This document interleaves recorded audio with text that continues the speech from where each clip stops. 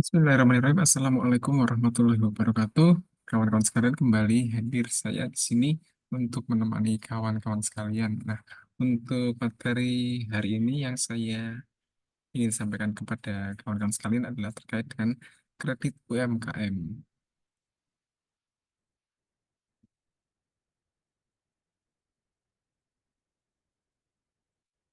Nah, pentingnya kita mengetahui kredit UMKM ini karena namanya juga usaha mikro kecil dan menengah ya. Pastinya dalam menjalankan bisnis kita terkadang ingin mengembangkan atau kita bisa jadi membutuhkan dana untuk menambah modal, membeli aset dan yang lain-lain, maka kita harus tahu ya bagaimana caranya kita untuk mendapatkan kredit tersebut. Nah, kredit usaha UMKM ini merupakan fasilitas pembiayaan yang diberikan oleh lembaga keuangan, baik bank maupun non-bank kepada pelaku usaha mikro, kecil, dan menengah. Ya, tujuannya apa? Untuk membantu UMKM dalam mengembangkan usahanya melalui akses pembiayaan yang terjangkau. Nah, pentingnya kredit UMKM ini ya bisa digunakan untuk meningkatkan modal kerja, ya misalnya untuk membeli bahan baku, membayar gaji karyawan, atau menangani biaya operasional lainnya. Kemudian untuk investasi aset tetap, ya misalnya untuk membeli mesin atau membeli peralatan yang lain yang digunakan untuk proses operasional perusahaan kita, ya juga bisa digunakan untuk ekspansi bisnis, misalnya membuka cabang atau untuk menambah eh, lini produk yang lain. Nah, biasanya kredit UMKM ini ya memiliki ciri khas atau karakteristik. Ya, biasanya pinjamannya relatif kecil karena memang difokuskan untuk usaha mikro kecil. Ya, kemudian jangka waktu pinjamannya juga biasanya ada yang pendek kecenderungannya ya, menengah. Nah, ini tergantung dari apa kredit yang kita ambil. Kemudian biasanya juga bunganya terjangkau ya karena ini ada beberapa kredit yang memang bantuan dari pemerintah, misalnya KUR, kredit usaha rakyat. Ya, biasanya KUR ini juga bunganya kompetitif dengan kemudahan untuk mendapatkan kredit. Kemudian yang berikutnya karakter kredit UMKM fleksibel agunan ya. Ada beberapa atau KUR ini biasanya juga tanpa agunan ya, bebas dari jaminan. Kredit untuk UMKM dapat diberikan dengan atau tanpa agunan ya. Namun ada beberapa yang kebijakan dari masing-masing bank ya. Ada sesama KUR namanya KUR tapi ada yang eh, bank menetapkan harus pakai agunan, tapi ada pula bank yang membebaskan dari agunan. Ya. Kemudian kemudahan persyaratan. Persyaratan pengajuan kredit UMKM umumnya sederhana dibandingkan dengan kredit komersial lainnya karena ini memang memudahkan atau mendorong supaya UMKM ini bisa mengembangkan usahanya. Nah, manfaat dari kredit UMKM ini ya untuk mendukung pertumbuhan usaha yang pasti ya. Kredit usaha memberikan tambahan modal yang dapat digunakan oleh UMKM untuk mengembangkan usahanya. Manfaat berikutnya meningkatkan kapasitas produksi. Ya, dengan adanya tambahan dana bisa UMKM ini bisa mengembangkan yang tadinya produksinya sekian ditambah ya untuk memperluas pangsa pasarnya pula ya supaya meningkatkan omset.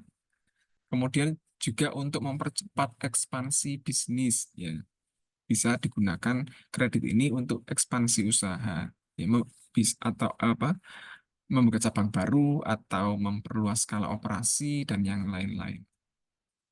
Juga untuk meningkatkan daya saing, ya dengan adanya modal tambahan, UMKM bisa melakukan inovasi produk, kemudian mengadopsi teknologi, misalkan ada mesin alat yang lebih canggih ya untuk proses produksi kita. Nah, bisa dimanfaatkan manfaatkan untuk itu.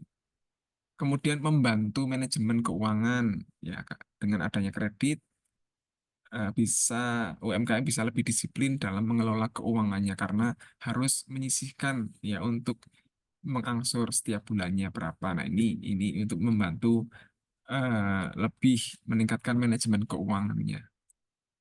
Nah, tantangan dalam pengajuan kredit UMKM ini biasanya karena kurang adanya jaminan atau agunan. Banyak UMKM tidak memiliki aset yang cukup untuk dijadikan jaminan. Ya, tantangan berikutnya kurangnya laporan keuangan yang transparan. Yang biasanya memang ada beberapa bank dalam melayani kredit UMKM itu karena bentuknya usaha itu biasanya menyerahkan harus melampirkan laporan keuangan. Nah, banyak UMKM pula yang tidak bisa atau tidak apa ya mencatat transaksi atau mau menyusun laporan keuangan ya atau laporan keuangannya itu biasanya tidak transparan. Nah, ini salah satu tantangan dalam pengajuan kredit usaha. Kemudian resiko kredit macet ya yang saya ketahui dari hasil apa ya hunting ya ke teman-teman yang ada di perbankan itu ada atau banyak sekali kredit macet ya dari UMKM ini. Pelaku UMKM sering menghadapi ketidakpastian usaha yang dapat meningkatkan risiko gagal bayar. Memang dikarenakan namanya juga usaha, kadang ada masa-masa rame, ada masa-masa sepi. Nah, ini yang menyebabkan kreditnya macet. Mungkin karena kondisinya sedang sepi, ya usaha sedang lesu, akhirnya untuk membayar angsuran setiap bulannya itu agak kerepotan. Kemudian tantangan berikutnya kurangnya akses informasi pembiayaan. Ya, ada beberapa yang memang eh, bingung ya, mau kalau butuh dana untuk tambahan modal itu em, boleh nggak ya di bank kayak gitu. Karena eh, informasinya masih terbatas, belum mengetahui kalau ada kredit usaha untuk UMKM. Nah, sumber-sumber pembiayaan yang dapat diakses oleh UMKM ya bisa ke bank umum ya. Kalau memang butuh dana untuk kredit, untuk pengajuan kredit untuk tambahan modal atau untuk membeli mesin dan yang lain-lain itu bisa ke bank umum. Ya termasuk kategori bank umum ya bisa itu Bank Mandiri, BRI, BNI, BCA ya. Kemudian selain bank umum ada bank syariah seperti BSI ya, Bank Syariah Indonesia atau bank muamalat yang tergantung dari pelaku usaha cenderungnya yang mana. Nah, nanti ada produk-produk yang ditawarkan seperti murabahah, mudorobah, musyarakah ya, pelaku bisnis bisa nanti menanyakan detail kepada bank yang bersangkutan bagaimana pembiayaan yang berbasis murabah itu, mudorobah itu maksudnya apa, musyarakah itu seperti apa. Nah, nanti bisa ditanyakan detail kepada mereka. Atau selain ke bank dan bank syariah juga ke lembaga pembiayaan seperti leasing. Kalau leasing ini biasanya eh, pembiayaan untuk pengadaan peralatan ya atau kendaraan.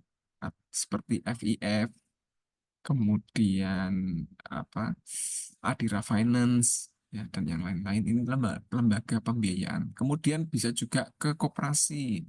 Koperasi dapat menjamin sumber pembiayaan untuk UMKM ya.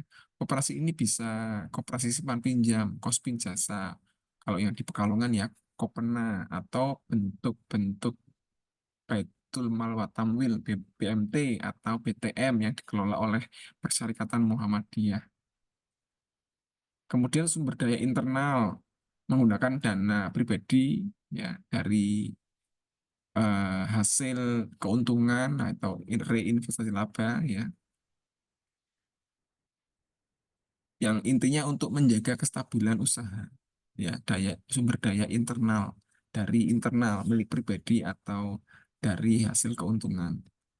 Kemudian bisa juga dari investor Ya, investor swasta. UMKM dapat mencari investasi dari individu atau kelompok swasta.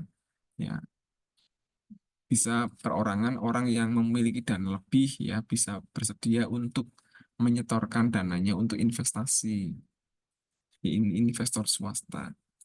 Ada pula yang dari dunia maya ya, internet peer-to-peer lending. Ya, ini adalah pembiayaan yang di mana individu atau bisnis dapat meminjam uang secara langsung dari individu atau kelompok investor melalui platform online ya. Platform online misalnya Coinworld atau Investri dan platform-platform yang lainnya ya. Kalau memang memungkinkan ya. Jadi ada beberapa pilihan, ada beberapa sebenarnya banyak yang menyediakan kredit untuk UMKM ya. Tergantung kita mau pilihnya yang mana, menyesuaikan dengan kemampuan dan kondisi kita. Kalau memang kita gaptek ya, tidak biasa apa mengakses platform-platform ya kita bisa ke bank yang lebih mudah ya, bank atau ke koperasi atau lembaga-lembaga pembiayaan ya. Intinya mereka itu sebenarnya punya produk untuk kredit ya. Ini yang saya contohkan tadi contoh platform peer-to-peer ya. Peer-to-peer lending ada Investri, Modalku, Akseleran, Coinwork. Kalau memang penasaran bisa diketikkan di Google ya Google Search Investri modalku nanti masuk ke websitenya. Nah, nanti kita cari tahu informasi-informasi tentang apa pembiayaan yang ditawarkan oleh mereka. Nah, jenis-jenis kredit UMKM ini ada biasanya di bank ada kredit modal kerja, kredit investasi, kredit usaha rakyat, dan kredit-kredit yang lain. Nanti akan dijelaskan oleh pihak bank ya masing-masing keunggulan kelemahannya ya dari masing-masing produk kredit tersebut ya atau kredit mikro, kredit tanpa agunan. Jadi ada beberapa produk kredit pembangunan daerah dan yang lain-lain. Nah, kalau yang pembiayaan syariah biasanya seperti tadi murabahah, jual beli dengan margin, keuntungan, musyarakah, mudharabah dan yang lain. Nah, iya, ini sama dengan yang tadi ya. Nah, untuk persyaratan nih, penting juga bagi pelaku UMKM ya, pelaku usaha UMKM penting harus KTP. KTP saya yakin semuanya pasti punya ya. Kalau NPWP memang bisa jadi belum ada. Nah, kalau memang butuh atau membuat NPWP berarti ke kantor pajak ya, KPP Pratama. Nanti akan diproses untuk pembuatan NPWP karena memang biasanya satu apa ya satu paket ya KTP NPWP itu eh, untuk pengajuan kredit itu sangat dibutuhkan. Nah, dokumen berikutnya bisa jadi untuk surat izin usaha atau SIUP, biasa disingkat SIUP atau TDP ya, atau dokumen usaha lainnya, akte pendirian usaha ya, untuk dokumen resmi yang menunjukkan pendirian badan usaha. Biasanya untuk PT, CV, dan yang lain-lain. Atau bukti kepemilikan usaha, dokumen yang menunjukkan kepemilikan atas aset usaha seperti sertifikat. Ini kadang dibutuhkan untuk pengajuan kredit ya, untuk sebagai jaminan. Sertifikat tanah, kontrak sewa. Nah, kemudian rencana usaha atau bisnis plan. Jadi ada semacam rencana usaha yang tertuang dalam bentuk tulisan. Rencana bisnis yang mencakup deskripsi usaha, analisis pasar, strategi pemasaran, proyeksi keuangan. Nah, ini dalam bentuk laporan. Ya, ini barangkali juga dibutuhkan ya ketika kita akan melakukan pengajuan kredit. Ya, atau tujuan penggunaan kredit nanti dana ini digunakan untuk apa. Nah, ini biasanya diminta untuk memberikan penjelasan. Misalkan digunakan untuk menambah modal, untuk membeli peralatan, untuk membeli mesin, dan yang lain-lain. Ini juga dibutuhkan ketika kita akan melakukan pengajuan kredit. Juga yang hal penting atau dokumen penting lainnya berikutnya adalah laporan keuangan ya. Laporan neraca, laporan laba rugi, arus kas ya 1 sampai 2 tahun terakhir. Nah, ini biasanya juga dibutuhkan sebagai syarat untuk pengajuan kredit, juga rekening koran bank selama 2 atau 3 atau 6 bulan terakhir. Ya. Kemudian agunan atau jaminan fisik, dokumen yang menunjukkan aset yang dijadikan agunan, misalnya properti, kendaraan, peralatan, ya. Kemudian riwayat sertifikat kredit, jika jika pemohon eh, perlu mengajukan kredit sebelumnya, bank biasanya meminta informasi tentang riwayat kredit, baik yang lancar maupun yang bermasalah. Kemudian referensi bank. Jika pemohon telah memiliki hubungan baik dengan bank lain, referensi dari bank tersebut dapat memperkuat pengajuan.